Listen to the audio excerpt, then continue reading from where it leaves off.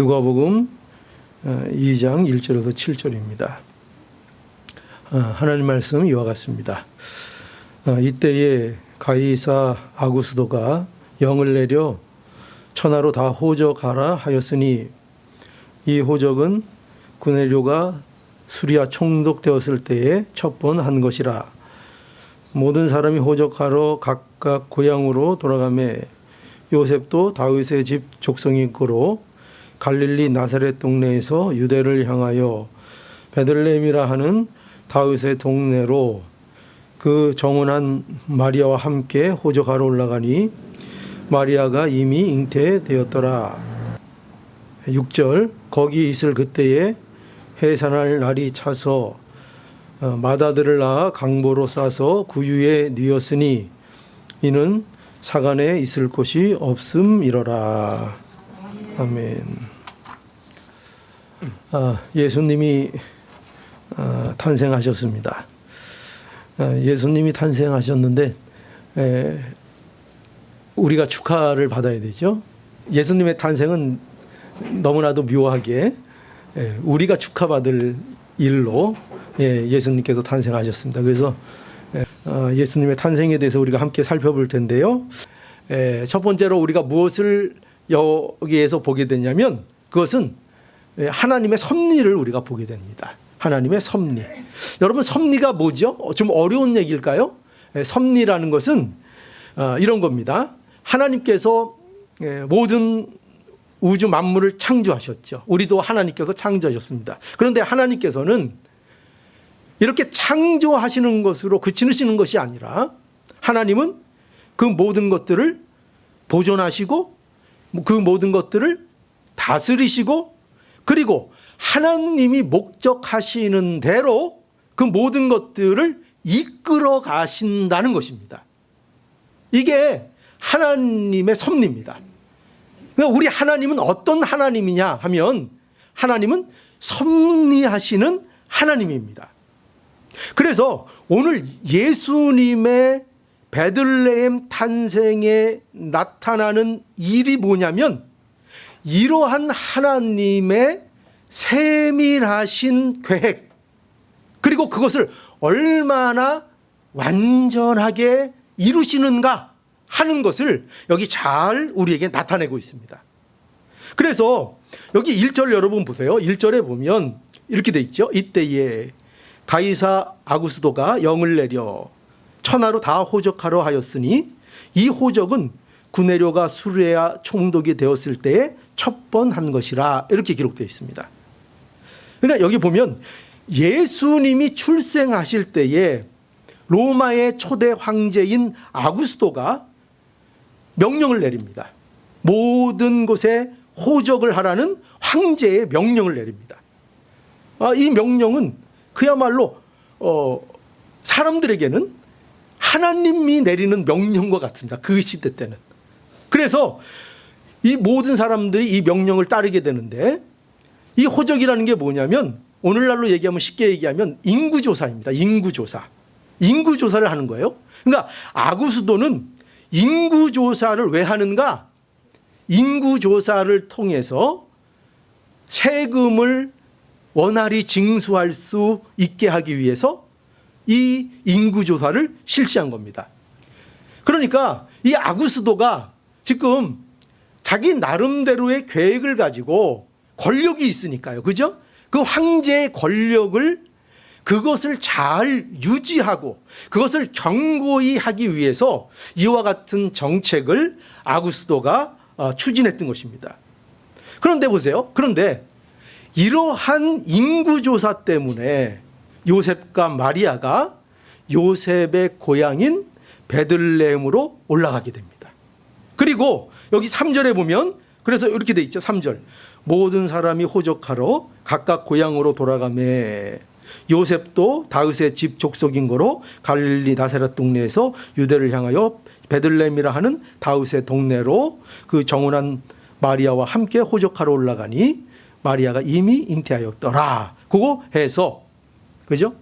요셉과 마리아가 호적을 위해서 베들레헴으로 올라갔다고 기록하고 있습니다. 그러니까 예수님이 그래서 어떻게 된 거예요? 예수님이 성경이 예언한 대로 베들레헴에서 탄생하게 되었던 것입니다. 여러분, 여기서 우리가 뭘 보게 되죠? 여기서 뭘 우리는 보게 되는가 하면은 하나님께서는 누구도 사용하신다. 아구스도도 사용하신다는 것입니다. 아구스도는 자신이 호적 명령을 하는 것으로 통해서 예수님이 그리스도가 베들레헴에서 나신다는 이런 생각은 그가 조금도 하지 못했을 것입니다. 아니, 상상도 하지 못했을 것입니다. 이런 사실은 전혀 알지 못했을 것입니다. 그런데 아구스도는 그저 뭘 한 거예요? 자기가 하고 싶은 일을 한 거죠. 자기가 하고 싶은 일, 자기를 위해서 자기 권력을 어떻게 해서든지 유지하고 그것을 견고하게 하기 위해서 그런 정책을 추진했던 것입니다. 그런데 하나님이 이 아구스도의 하는 일을 사용하셔서 하나님의 뜻을 이루셨다는 사실을 우리에게 보여주고 있는 것입니다. 여러분, 여기 보니까요, 하나님은요 꼭 기적을 통해서만 일하시는 것은 아니에요. 우리는 어떻게 생각을 하는가 하면은 좀 신비한 일이 일어나고 기적이 일어나고 초월적인 일이 일어나고 이런 것이 있어야 꼭 내 인생에 하나님이 간섭하시는 것 같고 하나님이 내 일을 이루어 가시는 것 같고 우리의 일을 잘 하나님께 돌봐주신다 이렇게 생각할지 모르겠어요. 그러나 우리는 뭘 또 알아야 하는가 하면요, 하나님의 일은 반드시 기적으로만 하나님은 일을 하시는 분이 아니라는 것입니다. 아니요, 어쩌면 하나님은 우리가 알고 있는 일반적인 일들을 통해서, 세상의 역사를 통해서, 사람을 통해서, 일반적인 자연의 법칙을 통해서 하나님은 더 많은 일을 하시고 더 위대한 일들을 이루어 나가신다는 사실을 우리는 잊지 않아야 합니다.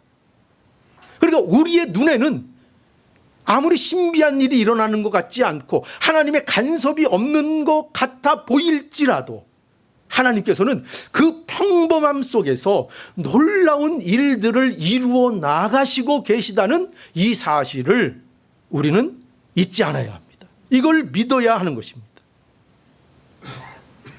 여기 보면 하나님은요 역사를 사용하셨습니다.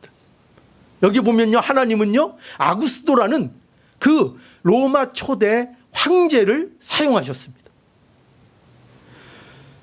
여러분, 세상 사람들의 눈에는 어떻게 보일까요? 이때 살고 있었던 많은 사람들도요 이런 모든 일어나는 일들에 대해서 어떻게 생각을 했을까요? 전부 다 이렇게 생각했겠죠. 야, 그 로마 황제 권력이 대단해. 한번 명령하면 우린 다 따라야 돼. 이 세상은 그 로마 황제가 장악하고 있어. 모든 일은 로마 황제가 쥐고 흔들고 있어. 분명히 세상은 그렇게 판단하고 그렇게 생각했을 것입니다. 그런데 그렇지 않다는 것입니다. 세상 사람들이 보기에는 아구스도가 세상의 주권을 가진 것처럼 그렇게 보이지만, 그러나 하나님의 모든 일은, 하나님께서는 이 세상의 모든 배후에 그 주도권을 하나님이 쥐고 계시다는 사실을 우리에게 보여주고 있는 것입니다. 모든 일은요 하나님이 간섭하시고 하나님이 이루어 가신다는 것입니다. 여러분, 그러면요 우리는요 성도인데 우리는 어떤 일에 우리는 위로를 받을 수 있어야 될까요? 이 사실로 위로를 받아야 되는 거예요.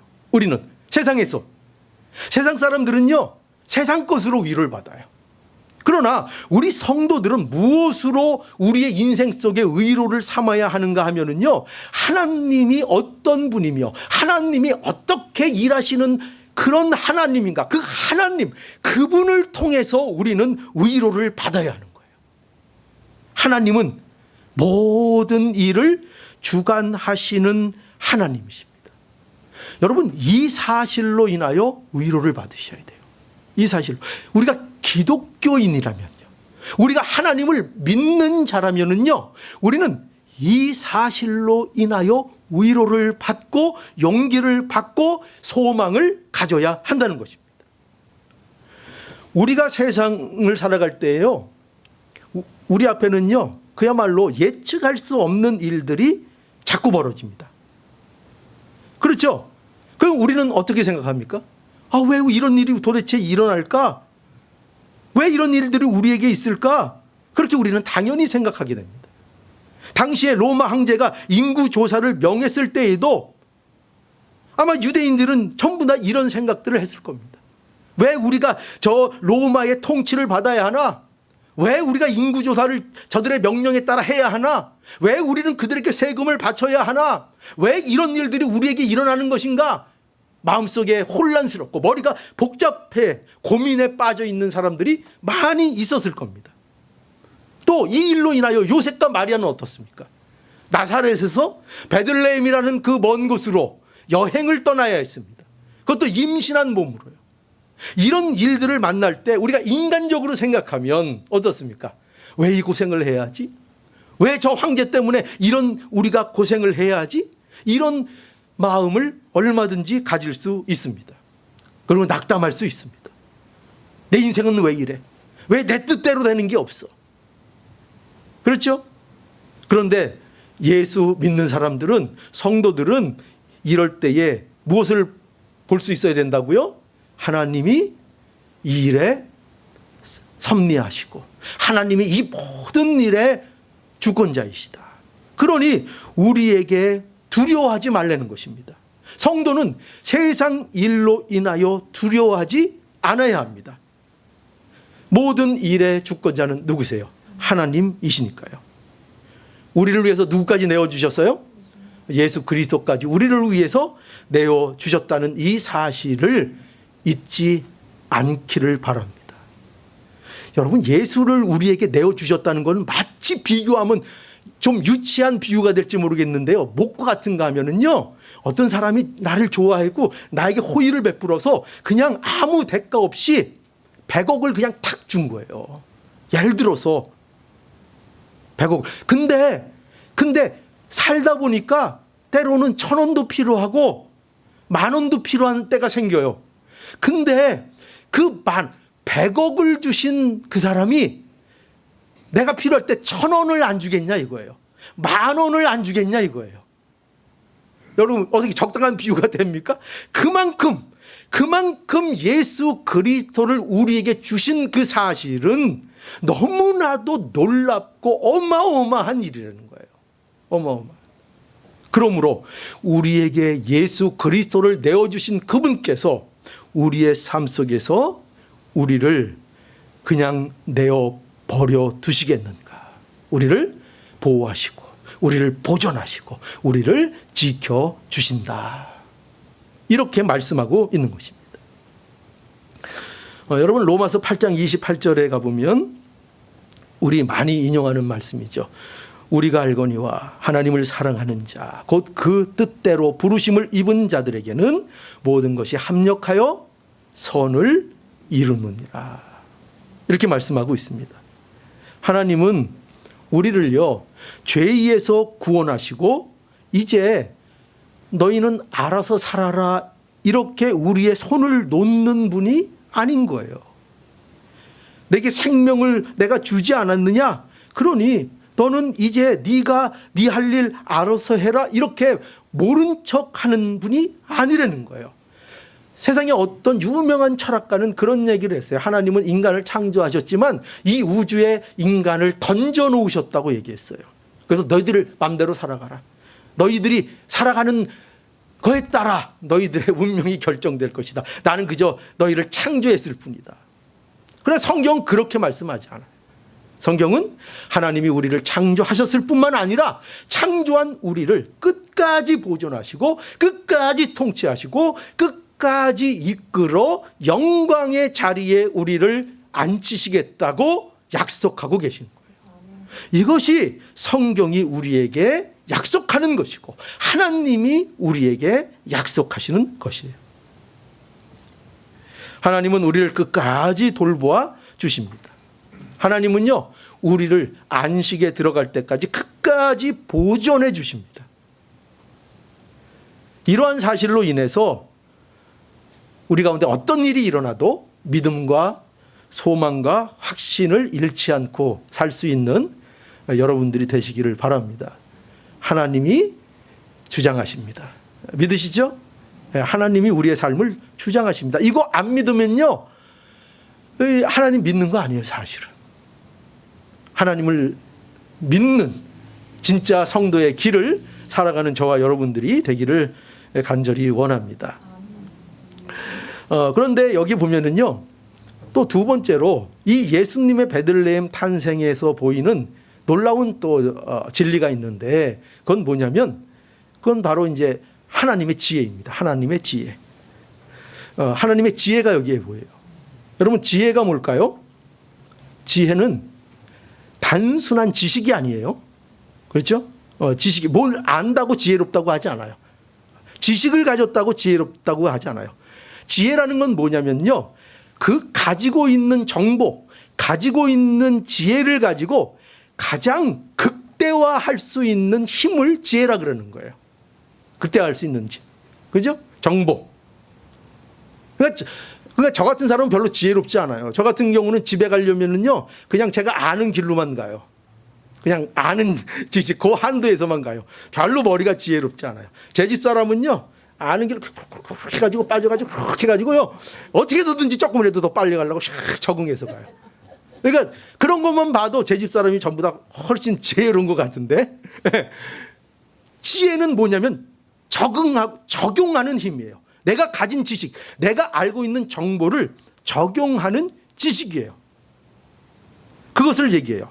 그런데 하나님은 이와 같이처럼 지혜가 있으신 하나님이라는 거예요. 지혜.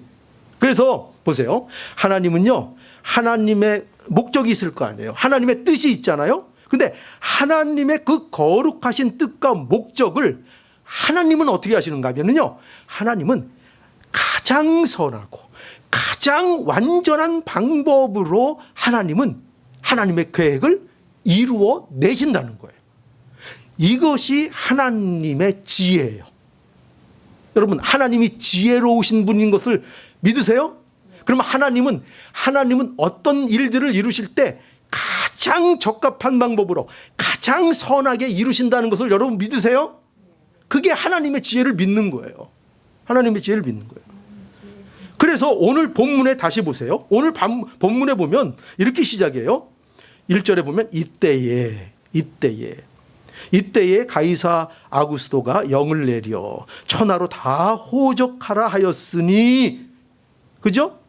예수님이 태어나실 그때에 하나님의 약속을 이루시기 위하여 누굴 움직였어요? 세상의 최고 권력자인 아구스도를 움직이셨어요. 하나님은 가장 적당한 때에 그 일을 이루어 가시는 하나님이세요. 그래서 갈라디아서 4장 4절에서 5절에도 보면 뭐라고 되어 있습니까? 여기 이렇게 되어 있어요. 들어보세요. 때가 참해. 무슨 얘기를 하려고 하시겠죠? 무슨 증거겠죠? 예수님에 대한 얘기예요. 때가 참해 하나님이 자기 아들을 보내사 여자에게 나게 하시고 율법 아래 있게 하셨으니 이는 율법 아래 있는 자들을 구속하시고 우리로 하여금 아들의 양자됨을 얻게 하려 하심이니라. 뭐가 되매? 때가 참해. 때가 참해. 여러분 보세요. 때가 찼다는 거, 때가 참해. 우리가 이렇게 말씀할 수 있겠죠?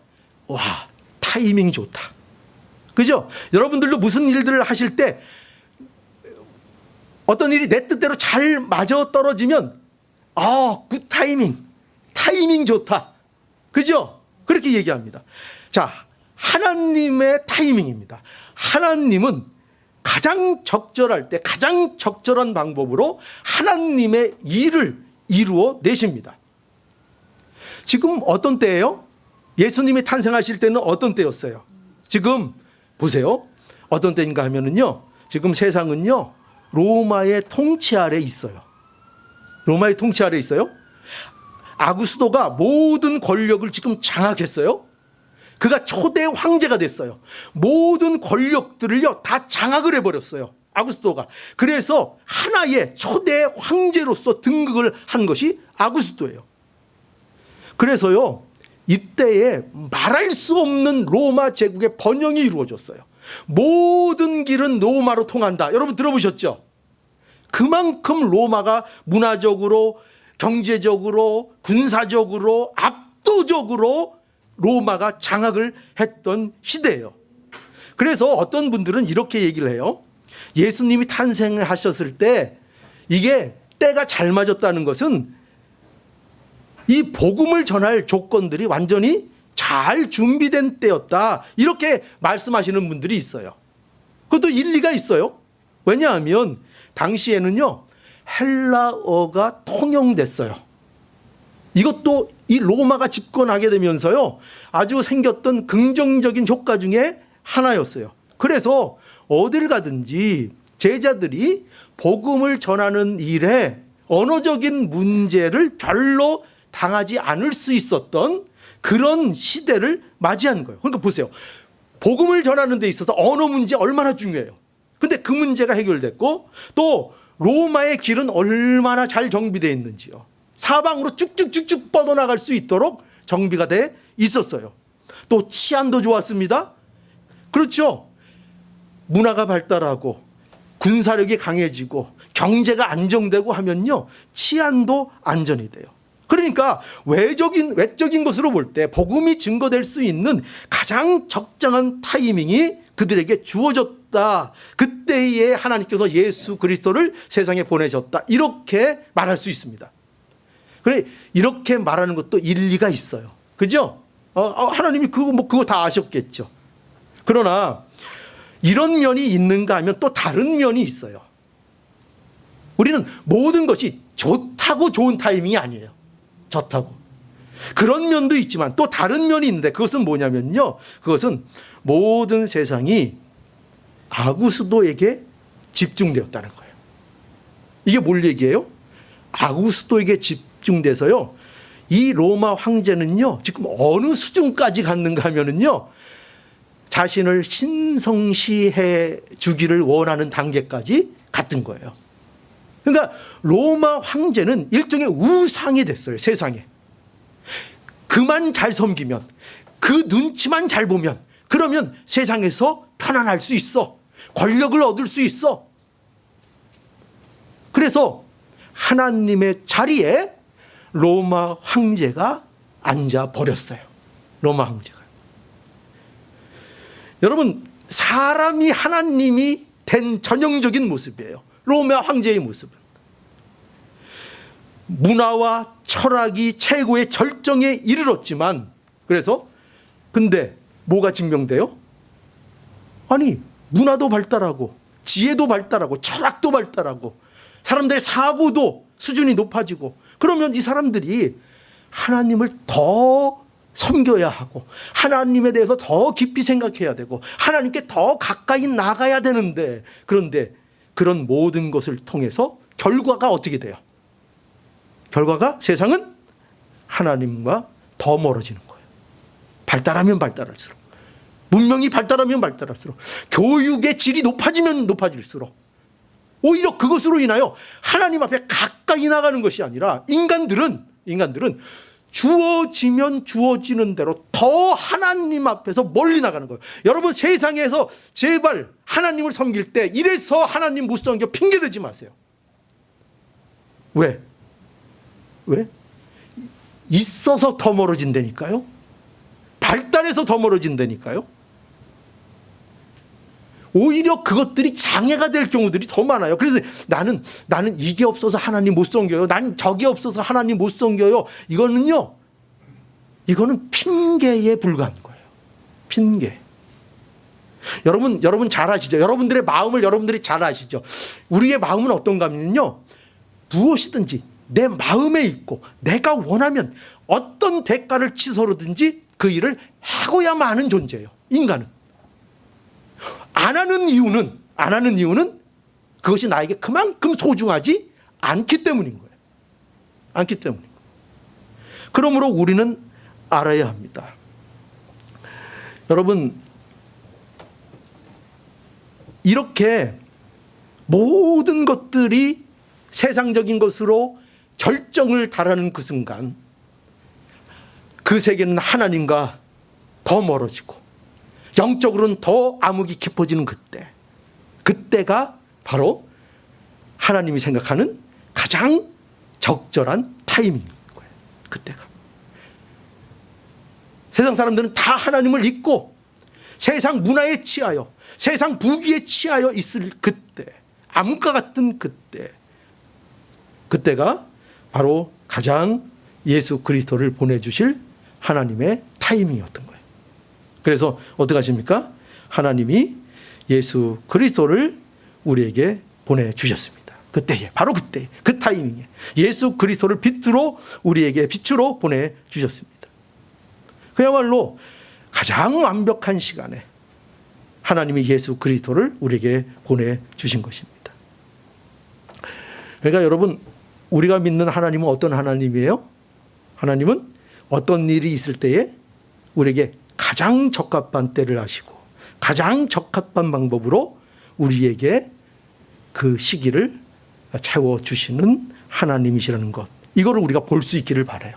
이 말씀을 통해서 우리에게 이걸 보라는 거예요. 이걸 예수 그리스도의 탄생을 보라는 거예요. 베들레헴에서 나신 그 역사적인 사실을 보라는 거예요. 어떻게 하나님이 그 시간을, 그 때를 맞추시는지 그걸 보라는 거예요. 그러니 여러분, 성도들은요, 무슨 일을 만나도 명심하십시오. 지나치게 불안해하면 안 됩니다. 불안해할 수 있어요. 그죠? 왜? 사람이니까. 그러나 지나치게 불안해하는 건요, 그 믿음이 아니에요. 또 지나치게 두려워하는 거 믿음 아니에요. 두려워할 수 있어요. 그러나 여러분, 제발 성도로서 지나치게 두려워하지 않아야 돼요. 또 우리 걱정할 수 있어요. 염려할 수 있어요. 그죠? 염려가 있을 수 있죠. 그러나 여러분 명심하세요. 성도는요, 어떤 일이 있어도 지나치게 걱정해서는 안 돼요. 지나치게. 좀 하나님의 응답이 늦어질 수도 있어요. 우리는요, 참 즉각적인 거 좋아하잖아요. 그죠? 뭐든지 바로바로 되는 거.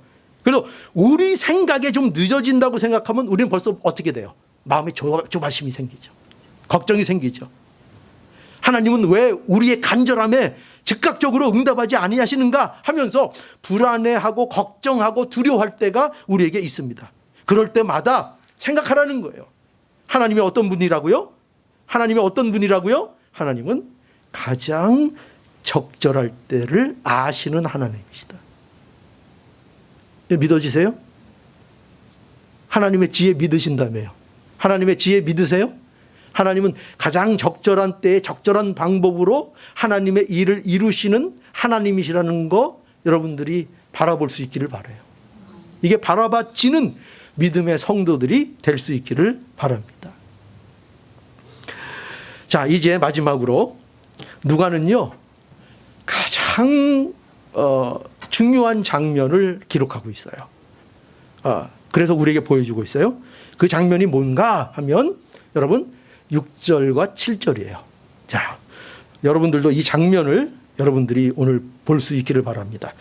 6절과 7절 우리 함께 읽어보죠. 자, 시작. 거기 있을 그때에 해산할 날이 차서 맏 아들을 낳아 강보로 싸서 구유에 뉘었으니 이는 사간에 있을 곳이 없음이로라. 예. 여기 보면 이제 누가가 예수님의 탄생에 대해서 그 묘사를 하고 있는데, 여기 보면은요, 여러분들도 느끼셨어요? 뭐냐면 놀라울 정도로 간단해요. 예수님이 어떤 분인가, 그 예수님의 그 존재의 고귀함, 그 높으심, 그 위대함을 생각할 때에 누가가 지금 이 묘사하고 있는 예수님의 탄생의 모습은요, 정말 기가 막힐 정도로 단순하고 너무나도 간단해요. 이거예요. 단 이거예요. 해산할 날이 차서 맏아들을 낳아 강보로 싸서 구유에 뉘었으니 이는 사간에 있을 곳이 없음이로라. 이거에 다예요. 이게 예수님의 탄생의 묘사예요. 이게 전부예요. 여기 보세요. 여기 어떤 꾸밈이 있어요? 뭐 화려하게 막 치장한 게 있어요? 꾸며져 있어요? 어떤 기적의 모습이 있어요, 여기? 없어요. 어떤 화려함이 여기 보여요? 어떤 화려함도 없어요. 그러니까 예수님의 이 탄생은요, 그러니까 누가가 우리에게 의도하고 있는 거 우리가 봐야 되는데, 그게 뭐냐면요, 예수님의 탄생은요 너무나도 평범해요. 너무나도 평범하다는 거예요. 예수님의 탄생은 세상에 어떤 아이가 태어나는 것과 전혀 다를 바가 없어요. 전혀 다를 바가 없어요. 보세요. 해산한 날이 차서. 여기부터 평범하죠? 아니, 예수님이면 적어도 우리의 구세주면 뭐 사실은 뭐 태를 빌릴 필요도 없이 어디서 뚝 떨어지시든가. 그죠? 딱 태어났는데 벌써 성인이야. 다 자랐어. 그러면 와, 예수님은 다르네. 그런데 어떻게 돼 있어요? 해산할 날이 차서 보통 우리 아이가 태어나듯이 꼭꼭 채워서, 그래서 자궁에서 자라나서 태어나셨어요. 거기다가 맏아들 이랬어요. 맏아들은 다른 번역으로 얘기하면, 더 정확하게 얘기하면 첫 아들이에요. 첫 아들이라는 건 그 뒤에 마리아가 아이들을 또 낳았다는 거예요, 안 낳았다는 거예요? 또 낳았다는 거예요. 형제들이 있다는 거예요. 그러니까 마리아도 특별한 존재가 아니라는 거예요. 그냥 여자라는 거예요. 그 여자로부터 예수가 낳았다는 거예요. 그죠? 평범해요. 강보로 싸서. 아이가 태어나면 아이를 강보에 싸요. 강보라는 거는 아이를 보호하기 위해서 싸는 긴 천을 얘기하는 거예요. 아이를 강보에 싸서 갓난아기를 보호하는 겁니다. 괜히 둘러놓는 게 아니에요. 그죠? 왜요? 여러분 경험해서 아시겠지만 아이들 손을 맘대로 막 이렇게, 그죠? 이 주체가 안 되잖아요. 해가지고 막 자기 얼굴도 긋고 막 이러잖아요. 그죠? 그래서 아기가 태어나면 어떻게 해요? 손발을 꼭 해가지고 싸놓죠. 그래서 꼭 붙들어서 동에 매놓으면 참 묘해요. 그죠? 나사로도 그 꽁꽁 매가지고 무덤에 넣는데 죽을 때도 꽁꽁 묶고 태어나도 꽁꽁 묶고, 참 특이한, 재밌는데, 어쨌든 태어날 때 꽁꽁 묶어서 아이를 보호하는 거예요. 뭘 얘기해요? 아이가 뭐가 필요한 존재라는 거예요. 예수님이라 그래서 돌봄이 필요 없다? 그게 아니죠. 예수님도 돌봄이 필요한 아이로 이 세상에 오셨다는 거예요. 거기다 결정적으로 그 귀한 아기가 어디에 누워 있어요? 말구유 안에. 구유가 뭐예요? 쉽게 얘기하면 가축들 밥통. 그죠? 거기에 예수님을 뉘어 놨습니다. 그러니까 이 예수님은 너무나도 평범하고 너무나도 소박하고 너무나도 끊임없는 탄생. 그것이 예수님의 탄생입니다. 여러분, 여기서 여러분들이 뭘 보기를 원할까요? 여러분들은 이 예수님의 꾸밈없는 이 탄생의 현장 속에서 무엇을 볼 수 있습니까? 누가는 또 무엇을 우리에게 보여주고 있을까요? 자, 이렇게 생각해 보세요. 맨 앞에 베들레헴에서 탄생하는 이 일에 가장 외부적으로 결정적인 역할을 한 사람이 누구로 나타나 있습니까? 아구스도. 세계의 최고의 권력자. 그죠? 그런데 지금 최고의 권력자를 보다가 우리의 시선이 보다가 지금 우리는 누구를 보고 있습니까? 한 아이가 태어났는데 너무나도 평범하고, 아니 너무나도 어떻게 보면 비천한 자리에서 태어난 한 아기를 봅니다. 근데 그 아기는 진짜 왕입니다. 진짜 왕. 모든 만물의 주인입니다. 보이세요? 아구스토와 이 진짜 왕의 차이를 여러분들이 보세요.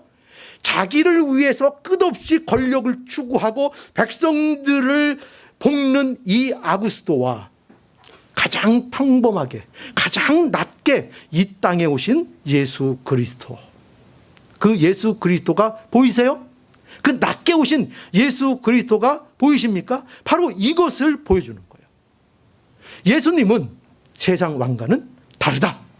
봐라, 다르다. 세상 왕들은 온통 자기 권력을 견고하기 위해서, 자기 권력을 확장하기 위해서 백성들을 지배하고 압제하는 세상의 권력자들이지만, 그러나 우리의 진정한 왕이신 예수 그리스도는 그런 것들에는 전혀 관심이 없으시다. 전혀 관심이 없어요.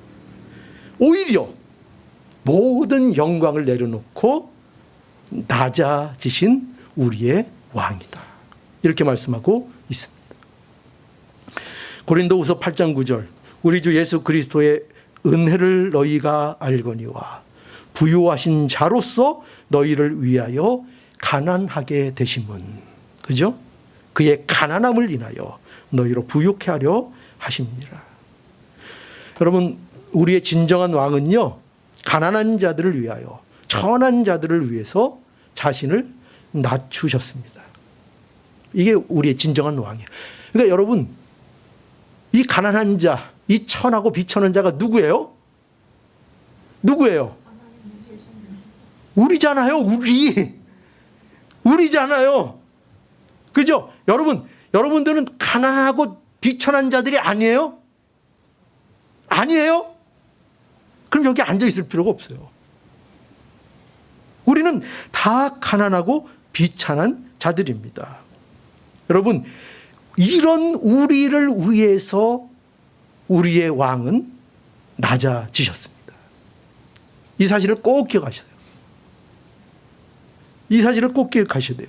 누군가 내가 똥통에 빠져 있는데 나를 건지기 위해서 그냥 들어와서 나를 건져주는 그분이 있다면, 그죠? 그 얼마나 고맙겠어요. 얼마나 고맙겠어요. 이거는 상대도 안 된다니까요. 우리의 우리를 죄에서 구원하시기 위하여 하나님께서 우리를 위하여 이 땅에 사람이 되어 이 땅에 오셨다 하는 것입니다. 이 사실을 우리는 꼭 기억해야 합니다. 그러니 여러분, 지금 내 인생이 아무리 초라하다고 생각이 된다고 할지라도, 내가 지금 아무리 초라한 자리에 있다고 할지라도, 그러나 여러분, 안심하시기 바랍니다. 왜죠? 우리 왕이신 우리의 진정한 그리스도는 그분이 구유에 뉘어 계셨습니다. 여러분, 우리의 왕이 구유에 계셨지만 그렇다고 그분이 존귀한 분이 아니셨습니까? 아니죠. 구유에 계셨지만 존귀한 분이셨습니다. 우리의 존귀한 왕은요, 이 세상에서 머리 둘 곳이 없으셨습니다. 오늘 본문 끝에도 이는 사간에 있을 곳이 없음이로라. 그죠? 이것이 우리에게 그걸 보여줍니다. 예수님은요, 왕이신데 태어나서부터 그 순간부터 예수님이 있을 곳이 없었던 분입니다. 예수님이 그러셨다니까요. 그러나 그런 예수님께 하나님의 영광이 고스란히 담겨 있었습니다. 여러분, 저와 여러분들도 마찬가지입니다. 우리는 세상이 볼 때 가난하게 보일 수 있습니다. 초라하게 보일 수 있습니다. 우리의 자리가 구유일 수 있습니다. 저와 여러분들이 전부 다 구유 안에 지금 있는 처지일 수 있습니다. 그러나 그렇다고 해서 우리의 존귀함이 사라지지 않습니다. 예수 그리스도가 우리와 함께 하시는 한. 그죠? 예수 그리스도는 진정한 우리의 왕이십니다. 우리가 아무리 초라해도, 우리가 아무리 가난해도, 우리가 아무리 비천해도 우리를 얼마든지 만나주시고 우리를 존귀케 여겨주십니다. 마국간이나 구유가 우리의 존귀함을 훼손시키지 못합니다. 아니, 그 소박함은 더 강력한 은혜가 돼서 우리를 복되게 할 것입니다. 오히려. 그죠? 오히려. 그 간단함 속에 위대함이 담길 것입니다. 그 소박함 속에 위대함이 담길 것입니다. 가장 위대한 일을 하나님께서는 가장 소박하고 가장 꾸밈 없이 우리에게 이루어 주셨습니다. 명심하십시오. 가장 복된 게 가장 볼품없이 우리에게 왔다는 이 사실을 여러분들이 꼭 기억하셔야 됩니다. 예수 믿는 것은요, 화려하고 볼품 있고 남에게 자랑할 만하고 그런 것을 찾아다니는 게 아닙니다. 그런 걸 찾아다니는 게 아닙니다. 여러분들이 어떻게 하나님의 자녀가 되었고 예수님이 어떻게 탄생하셨는지를 잘 기억하셔서 우리에게 있는 모든 소박함과 꾸밈 없음이 오히려 강력한 힘이 되어서 이 세상을 변화시키고 세상을 충만케 하는 이런 일이 이루어지는, 이것을 믿는 또 우리 교회가 될 수 있기를 간절히 축원합니다. 기도하시겠습니다.